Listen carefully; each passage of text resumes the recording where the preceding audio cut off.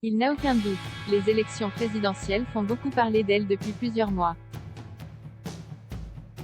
Les candidatures et les polémiques s'enchaînent et les candidats sont au centre de l'attention. Toutefois, il y a un qui laisse toujours planer le doute. Il s'agit d'Emmanuel Macron, l'actuel président de la République. Il n'a toujours pas déclaré s'il compte se présenter pour un second mandat. Invité sur le plateau de C'est à vous ce mardi 8 février, Édouard Philippe a souhaité donner son avis.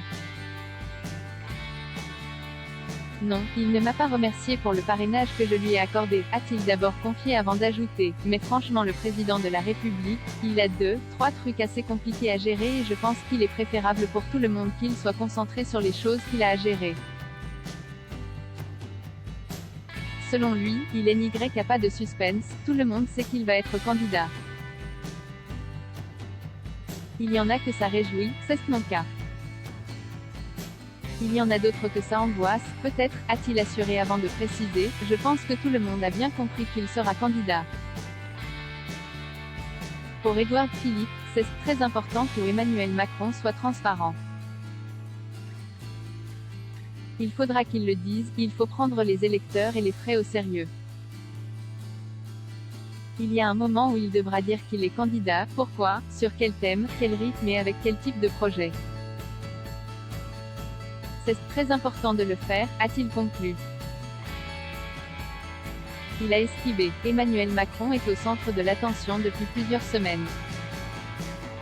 Il doit faire face à la crise sanitaire depuis mars 2020 mais également à celle qui oppose l'Ukraine et la Russie. Le chef de l'État s'est rendu à Moscou puis Kiev, après avoir rencontré Vladimir Poutine. Alors qu'il a un emploi du temps très chargé, il a toutefois pris le temps de répondre aux questions de la Voix du Nord. J'ai d'abord l'obsession que la phase aiguë de l'épidémie et le pic de la crise géopolitique actuelle soient derrière nous, a-t-il d'abord assuré. Par la suite, il a précisé, j'ai déjà dit ce que je pensais des projets, de l'enthousiasme et de l'amour que j'ai pour notre pays.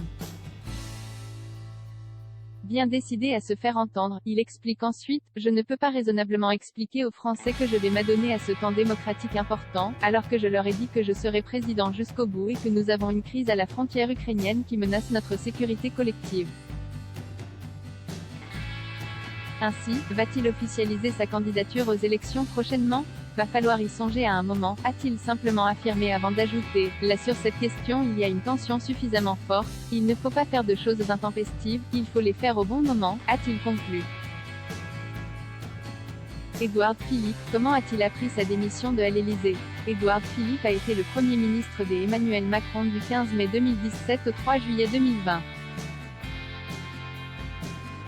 Comme il l'a révélé dans son livre, sa démission a été brutale au sens où le président m'a fait part de sa décision le jeudi soir, quand je lui ai amené ma démission, s'est-il souvenu avant d'ajouter, d'ailleurs, qu'il savait déjà que j'allais lui donner.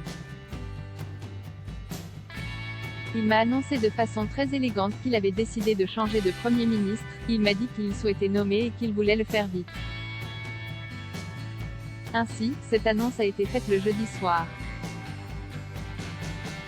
Cela a été rendu public le vendredi matin et le soir même, à 17 h, c'était terminé.